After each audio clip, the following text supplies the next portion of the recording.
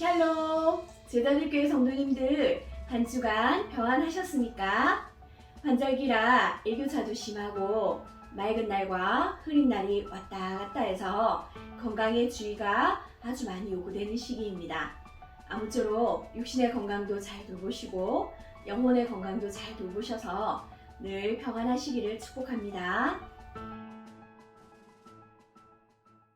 이번 주 우리가 살펴본 레위기 11장부터 15장은 음식, 출산, 악성 피부병과 곰팡이, 그리고 각종 유출병에 관한 정결과 부정의 문제를 다루고 있습니다. 사람의 몸과 그 주변 환경의 정결을 어떻게 유지해야 하는지에 관한 내용들이었는데요. 묵상하시면서 왜 하나님은 어떤 짐승은 정결하고 또 어떤 짐승은 부정하다고 하시는지, 왜 아이를 낳았는데도 부정하다고 하시는지 등등 여러 가지로 궁금증이 많이 생기셨지요. 이에 대해 학자들은 다양한 견해를 제시합니다.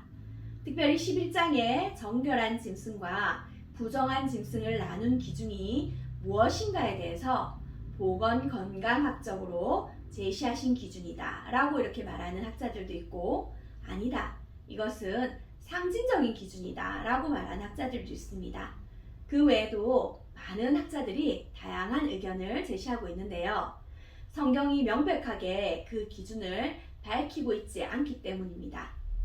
그럼에도 가장 신뢰를 받는 견해는 하나님께서 정결과 부정으로 나누신 기준은 생명과 죽음이다 라고 보는 견해입니다. 생명에 속하고 생명에 가까운 것은 정결하고, 죽음에 속하고 죽음에 가까운 것은 부정한 것이라고 보는 거죠. 사자나 독수리, 이런 동물은 아주 멋지고 위험 있지 않습니까? 그런데 이런 동물이 죽음과 어떤 연관이 있어서 하나님이 부정하다고 하신 걸까요? 이런 동물은 육식을 하고 죽은 사체와 가까운 동물입니다. 그래서 이런 동물은 죽음과 가깝다고 보기 때문에 부정하다고 말씀하신 거예요.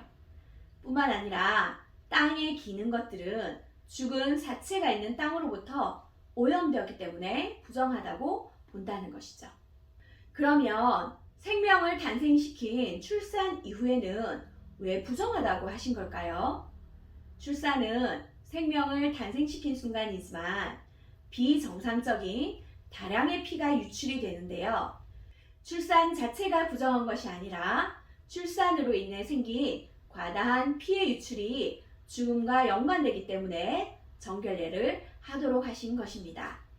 거룩하신 하나님과 부정한 것이 서로 맞닿으면 부정한 것의 죽음이라는 결과밖에 없기 때문에 하나님께서는 자기 백성 이스라엘을 보호하시고 그들과 함께하기 위해 이스라엘이 정결을 유지할 수 있도록 정결법을 주신 것입니다. 그런데 거룩이 공간, 인간, 동물, 시간에 대해서 등급을 가지고 있는 것처럼 부정도 등급을 가지고 있습니다. 부정한 곳에 부분적으로 접촉되었다든지 2차 감염이라든지 정결한 짐승의 사체에 접촉한 경우는 가벼운 부정으로 하루 정도 경과를 관찰하도록 하셨고, 몸이나 옷을 씻거나 빨게 하심으로 그 부정을 해결하게 하셨어요. 곰팡이나 피부병이 집이나 몸에 생겨난 경우, 그리고 부정한 짐승의 고기를 섭취한 경우를 중대한 부정으로 보시고 7일 정도의 경과를 지켜본 후에 추가적인 정결 의식과 속죄제를 드리도록 해서 정결해지게 하셨습니다. 또 집에 곰팡이가 악성으로 번식하거나 몸에도 악성 피부병이 생긴 경우, 시체에 접촉했거나 비정상적인 유출이 생기는 경우 등으로 그 정도가 매우 심각한 경우는 곰팡이가 생긴 집을 그 자리에서 완전히 철거하거나 악성 피부병 환자는 진 밖으로 완전히 추방하는 방법으로 부정을 다루셨습니다.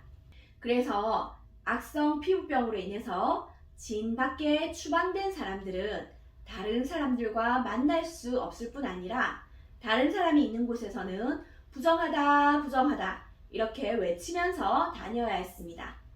살아있지만 모든 사회적 관계가 단절되었기 때문에 죽은 사람과 같은 상태에 처하게 된 것입니다. 레위기 뒷부분에 가면 자세히 다루겠지만 특별히 하나님께서는 시간의 부정은 등급을 나누지 않으시고 매우 엄격하게 하셨습니다. 절기와 안식일을 위반하는 것은 매우 엄중하게 다루셨는데요. 악성 피부병이나 몸의 유출은 정결해질 수 있는 규례를 통해 기회를 주셨지만 안식일을 어기거나 특별히 중요한 속죄를 어기는 경우는 완전히 그 백성들 중에서 끊어지도록 하시는 무서운 심판을 하셨습니다. 그래서 이스라엘 백성은 그들이 사는 진영에서 정결한 음식을 먹으며 주어진 평일의 일상을 정결하게 살아야 했습니다. 이방 나라에 대해서는 거룩한 하나님의 백성으로서 또 하나님께 대해서는 하나님의 거룩을 덧입을 수 있는 정결한 상태로 늘 준비되어 있도록 요구된 것입니다. 그런데 부정한 것을 정결하게 하기 위해서 사용되는 그 방법이 바로 피를 양푼째 제단에 끼얹거나 성소의 휘장에 흩뿌리거나 제단이나 향단에 바르거나 또 쏟도록 하셨는데요. 우리가 생각하기에는 조금 이상한 방법이죠. 그런데 하나님께서는 왜 피를 제단이나 성소 휘장에 뿌리거나 바르거나 또는 끼얹도록 하셨을까요? 하나님께서는 이스라엘의 죄와 부정이 개인이냐, 제사장이냐, 또 온 회중이냐에 따라서 그리고 죄가 비고의적인지 아니면 고의적인지 아니면 아주 중범죄인지에 따라서 하나님의 성막을 단계별로 더럽힌다고 생각하셨어요. 그래서 피를 성소의 제단이나 향단 혹은 지성소 안에 법궤에 발라서 죄와 부정을 씻도록 하셨습니다. 그러면 이스라엘이 죄를 지었는데 왜 하나님의 성막이 더럽혀진다고 하나님은 말씀하시는 걸까요? 출애굽기 24장에서 하나님께서는 출애굽 후 시내산에 도착한 이스라엘 백성들과 제단을 쌓고 시내산 언약을 맺으셨습니다. 언약을 체결하시면서 번제로 드려진 이 제물의 피의 절반은 제단에 붓고 그 나머지 절반은 이스라엘 백성들에게 부어서 제단과 이스라엘이 하나로 연결되도록 하는 피의 언약을 체결하셨어요. 이 언약의 피로 인해 이스라엘은 하나님의 백성이 되었기 때문에 하나님께서 그 백성 한가운데 들어와 함께 하실 수 있게 되었고 하나님의 처소인 성막을 짓게 하신 것입니다. 그래서 성막은 하나님의 임재의 장소이자 하나님과 이스라엘이 언약을 맺었음을 보여주는 장소로 서로 떨어질 수 없는 관계다라고 하는 것을 보여주는 장소입니다.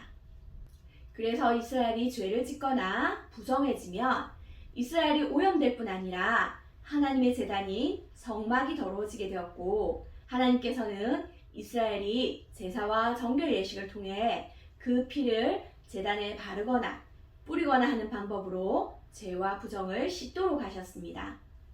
성막이 제물의 피를 통해서 정결해질 때 성막과 하나가 된 이스라엘 백성들도 정결해지도록 하신 것입니다. 그러나 하나님께서 5대 제사와 각종 정결 규례를 이스라엘에게 주셨지만 그럼에도 완벽하게 해결하지 못한 죄와 부정의 문제에 대해서는 또 1년에 한 번 대속죄일에 완전히 해결할 수 있도록 하셨습니다.